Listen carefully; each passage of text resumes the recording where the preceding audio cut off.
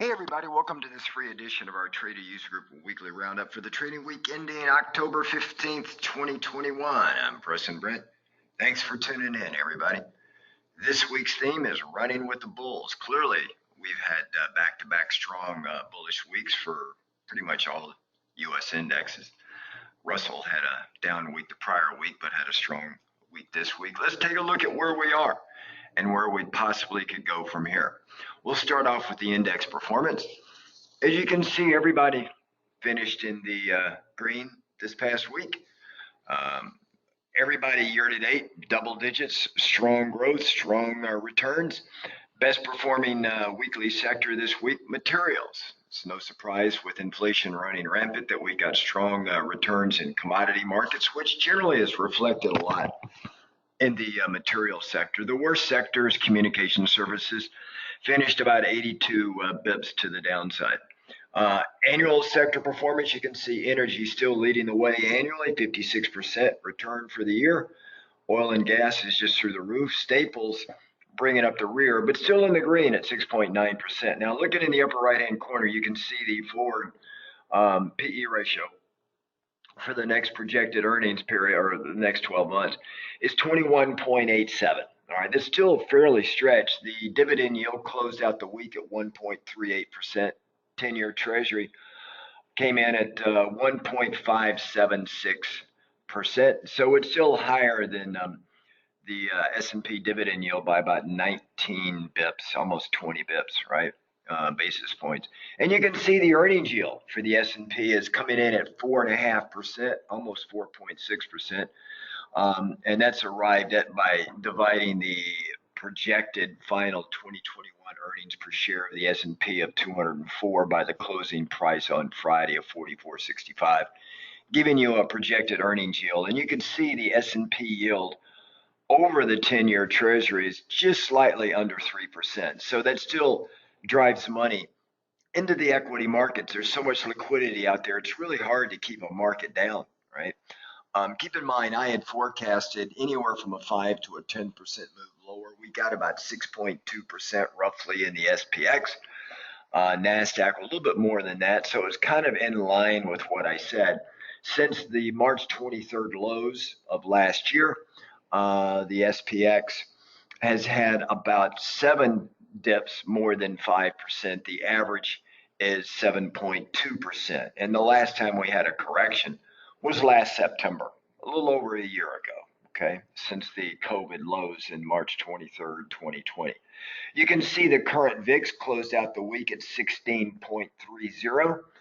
The prior week, it closed the week at 18.77, so it came down 13.16% for the week.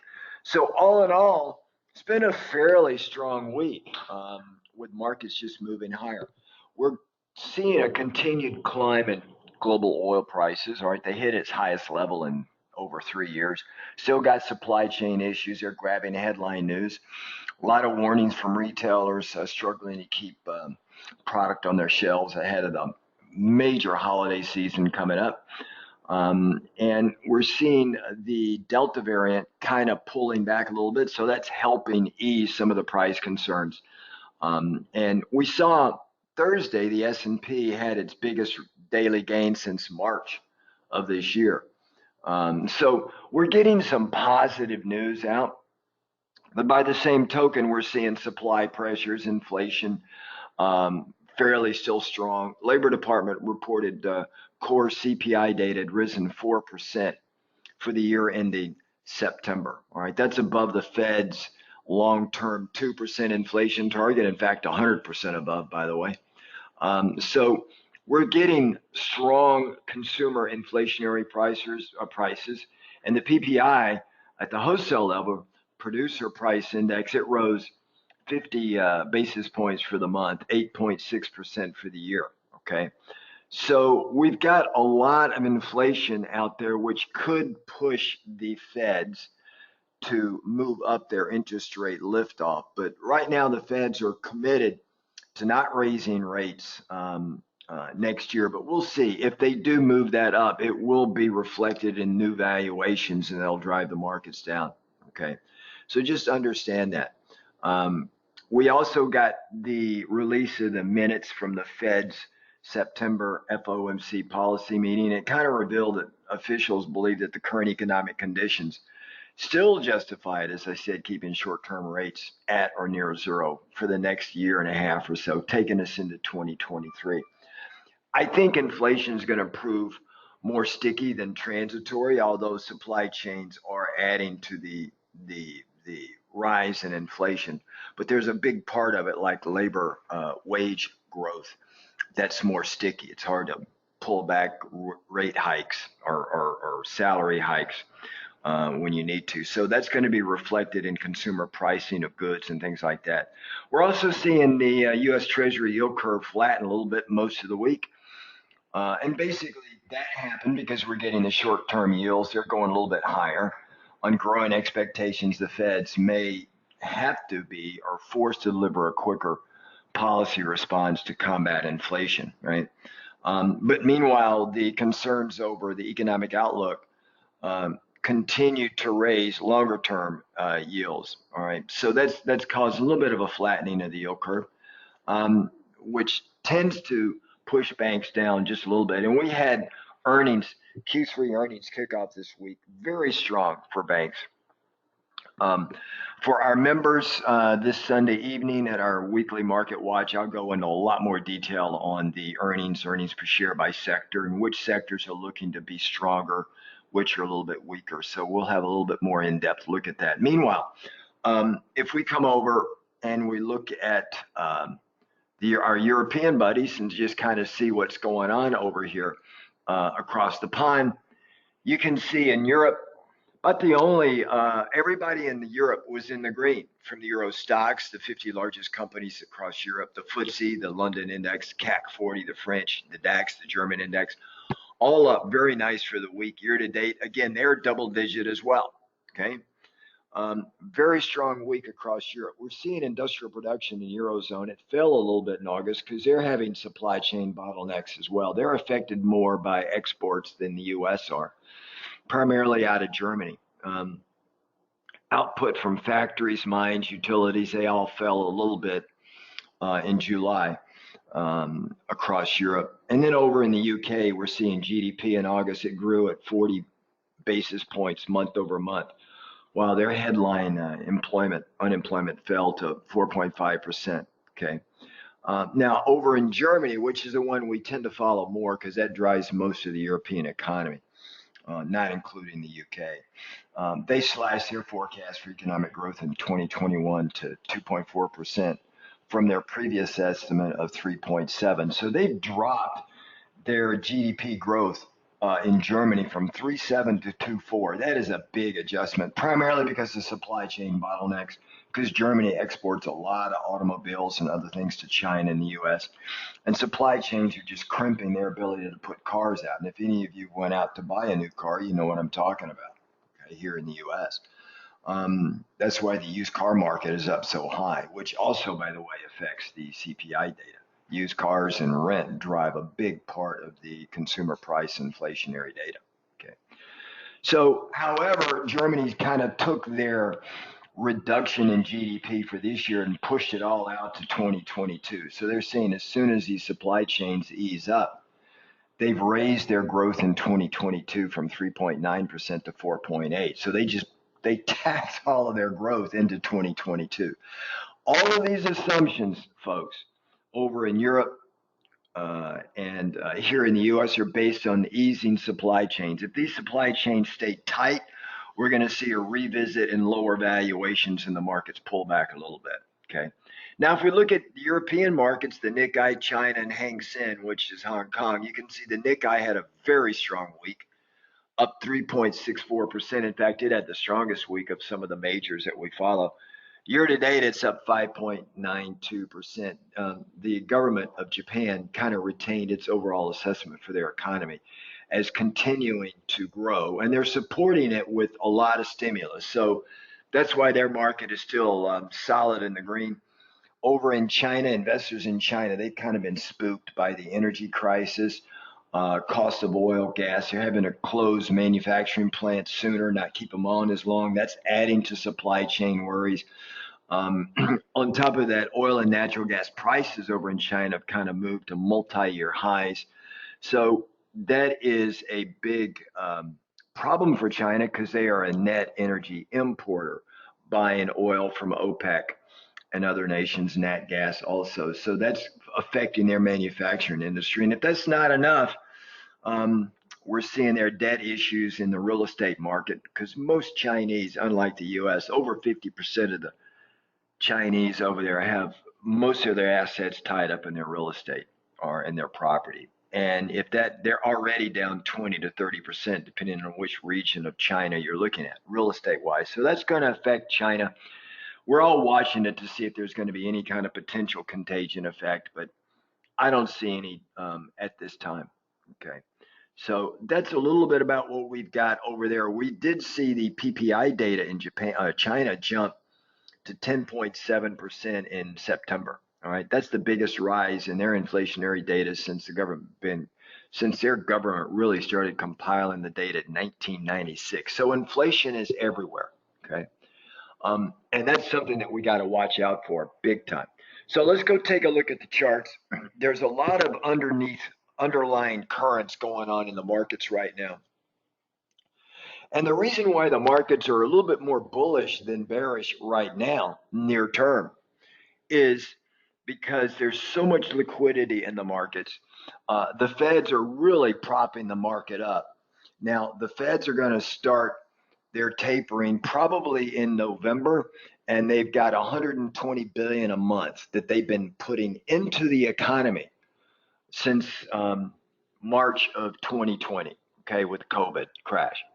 Now, what we're looking at here is the daily chart of the SPX. You can see these gaps here. So the question is, generally with the SPX, gaps are always filled. It may take some time to do, but you can see gaps in the market here. So we got a gap right around that level there to that level there, and from that level there to that level there, okay? So the first thing I'm going to do is see if these price levels can hold up. In other words, this would be like a nice little support zone here. We'll call it our S1 zone. And if we get a test of this level where prices come back, I would like to see it hold up, come back up, take out that high. And then what that tells me is that we're probably going to take out and make new all-time highs in the SPX, okay? So that is, and if it breaks down, we're probably going to come down and test this gap down here. Okay, so that's one of the things that I'm going to have our members watching very closely this week. Okay, now there are a number of stocks for our members I will go over with you guys this Sunday evening that look really good. Okay, but outside of that, we've got to be very careful here. Okay, you can see the regression channel. You can see where we tested the 50 EMA right here. It failed. We tested it again and we blew right through it. Okay. So the 50 EMA will be kind of an interim test to see if we can hold that level. Remember, when we broke the 50 EMA here and then we regained it, this was the first break of the 50 EMA over here in mid-September in over 280 plus days. Okay, so that was a key break. And now looking at the chart here, you may want to say, well, gee, is this kind of a reverse head and shoulders pattern? So I can kind of come in here and do one of these kind of things like this, right? So, and it's not a perfect pattern, granted, but that would suggest that the move up, the targeted run, and you just measure the distance of the neckline. So let's just call it 44.50 right here around the neckline, and then we'll call this 42.75, right? So if we look at the distance between the neckline, which is 44.50 less the 42.75, that comes out to what, about 175 points roughly? So if we take 175 points and move it above 44.50, it puts us at 46.25. So up in this level up here.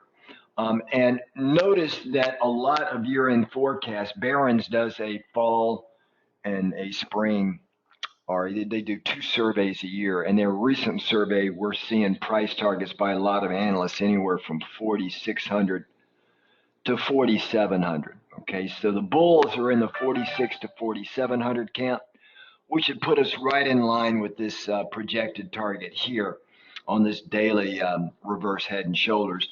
And the bears are putting us pretty much down in these levels down here, around 41 to 4,200, a little bit lower than this. Okay, so that's the forecast that we're getting. And of course, you need bulls and bears to make a market work. And right now, there's a lot of hedging going on, so that's why we're kind of in this bullish mode. The SPX, if we look at it from the high to low, okay, and I just take it down to the intraday low, you can see it was about 5.93%. Now, the futures moved a little bit lower than that, right around 6.1 or 6.2%. But I was calling for a 5 to 10% move. There's so much money in the markets right now. It's hard to stay down, really. Okay. Now, if we come over and we look at the Nasdaq Futures, okay, and we just kind of see where they levied up here for the week, it was a very strong performance. You can see Nasdaq regain their 50 EMA, and they're holding that up. And the high to low point in the Nasdaq Futures, which is a little bit more than the SPX intraday move down, was about 8.48%, almost 10% correction, but not quite. All right, and now year to date we're down right around close, about 3.5, 3.6%, right, off the all-time highs. So I want to see if we can hold that. We're in this wider support zone here for Nasdaq. Now, where Nasdaq 100 futures goes, is controlled by the FANG stocks. And if we look at this FANG index, it's an index of Microsoft, Facebook, Apple, Netflix, Google, and Amazon. They're about 40% of the value of the Nasdaq futures. Okay, you can see here, it also regained the 50 EMA. The 50 EMA regained a little bit of an upward movement to it. Again, this is a FANG index, more or less. And my big fear is another rollover. So we've got to clear a couple of hurdles here that I feel confident in. Now, this is just the FANGs, not NASDAQ itself. If we look at the comp index, the cash index of NASDAQ, you can see it's very similar to the FANG, really.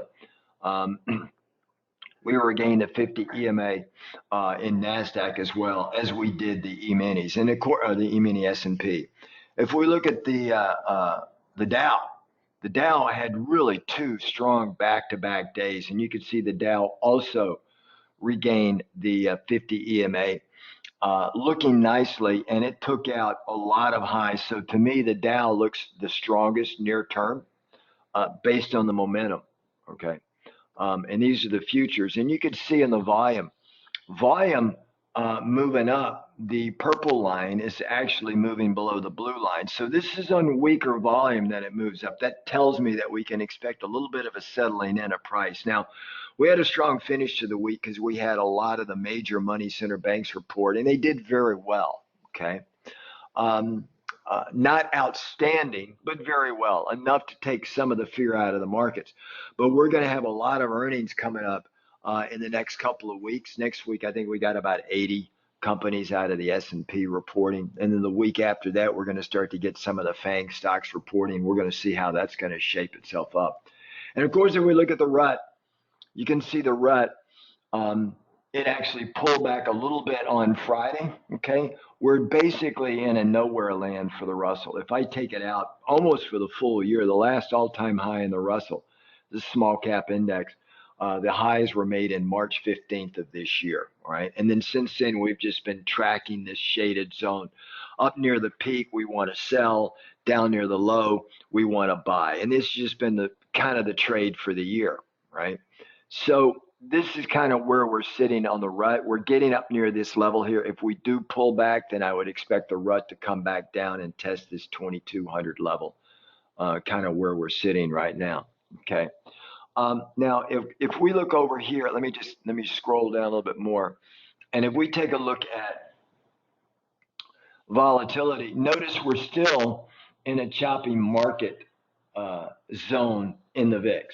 We closed at 1630. We did have a peak just as late as September 20th, intraday peak of 28.75. And look at the chop. I mean, we were down from 28.75 all the way down to 1780.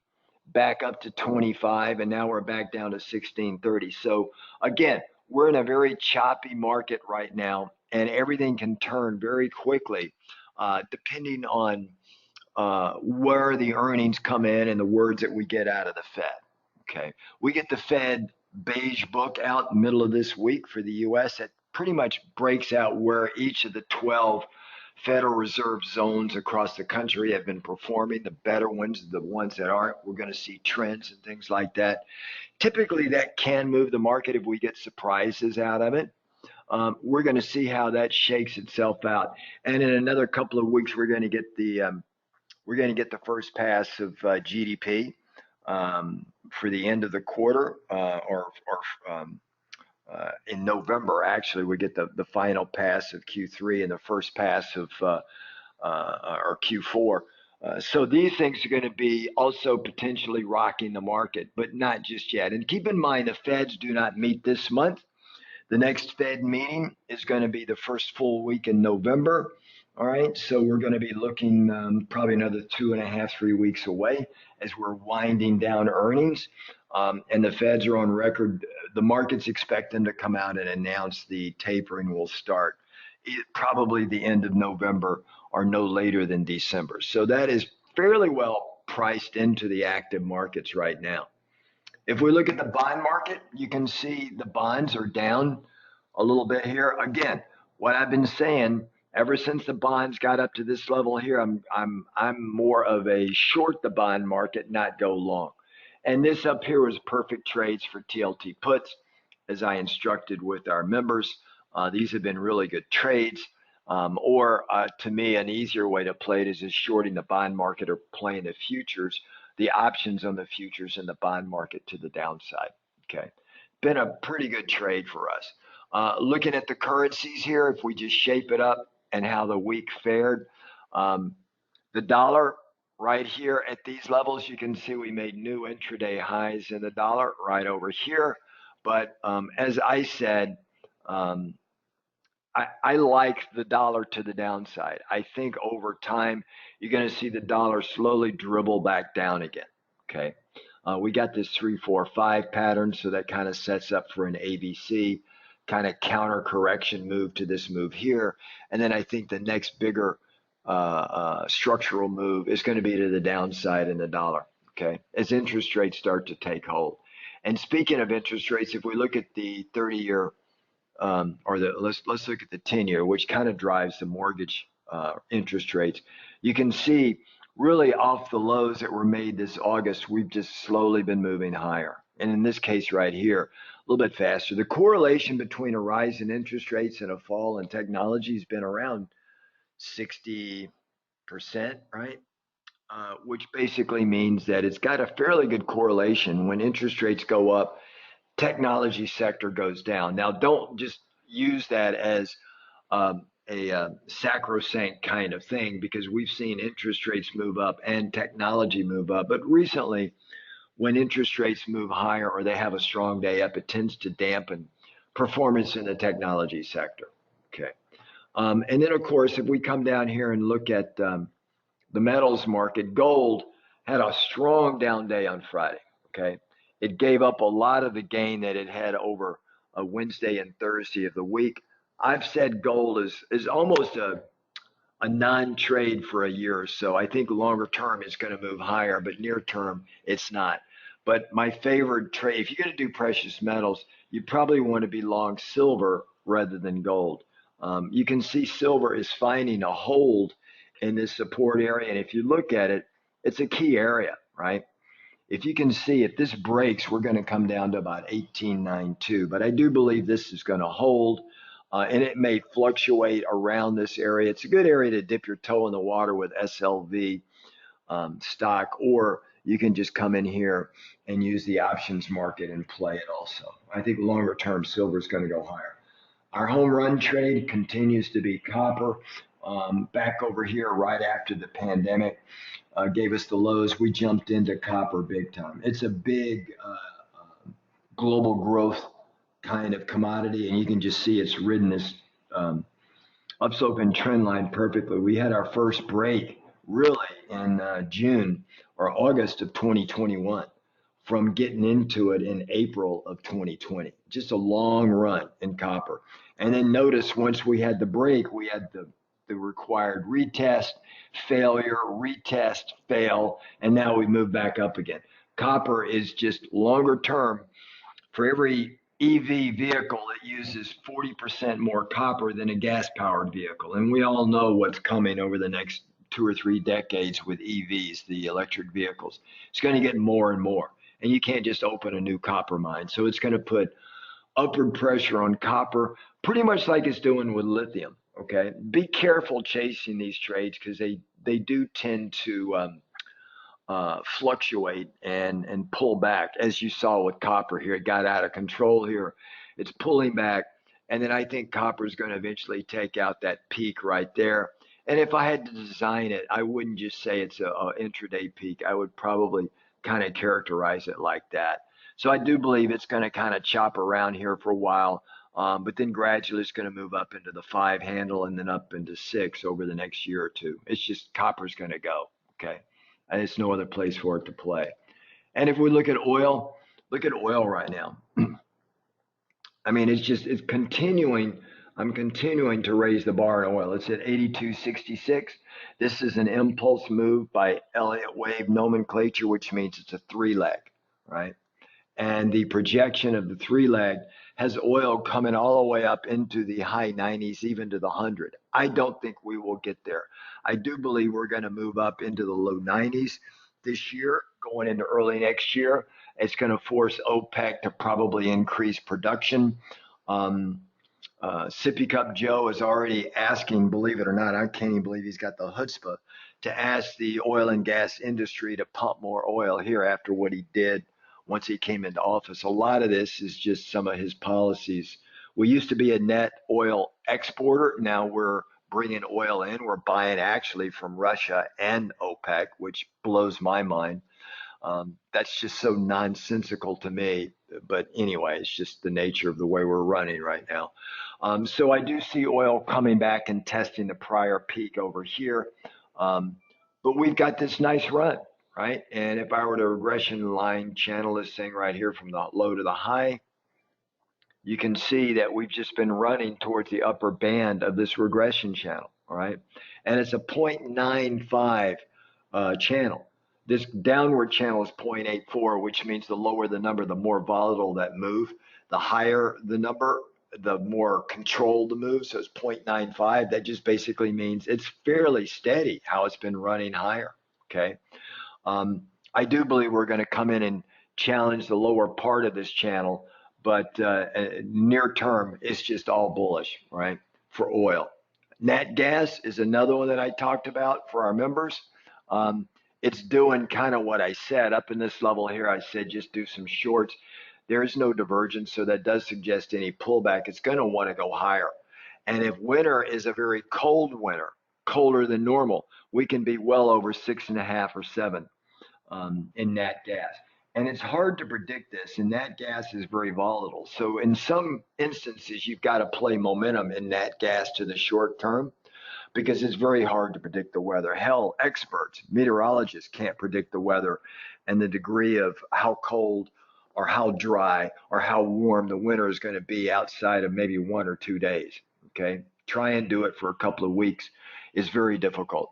So nat gas is going to be really driven by some of the supply chain issues as well as just how cold or warm the winter is going to be. Okay, so that's a little bit about what we're looking at on some of the major commodities and some of the indexes. Members, we will go into a lot more detail this Sunday evening, and we'll take a look at some potential big hitters and some stocks that I think are due for a pretty good little strong finish for the end of the year going into next year. All right, everybody, have a really great weekend. Enjoy football if you're a football fan. Members, I'll see you this Sunday evening at 8 p.m. Eastern time for our weekly market watch. Take care, everybody. Ciao.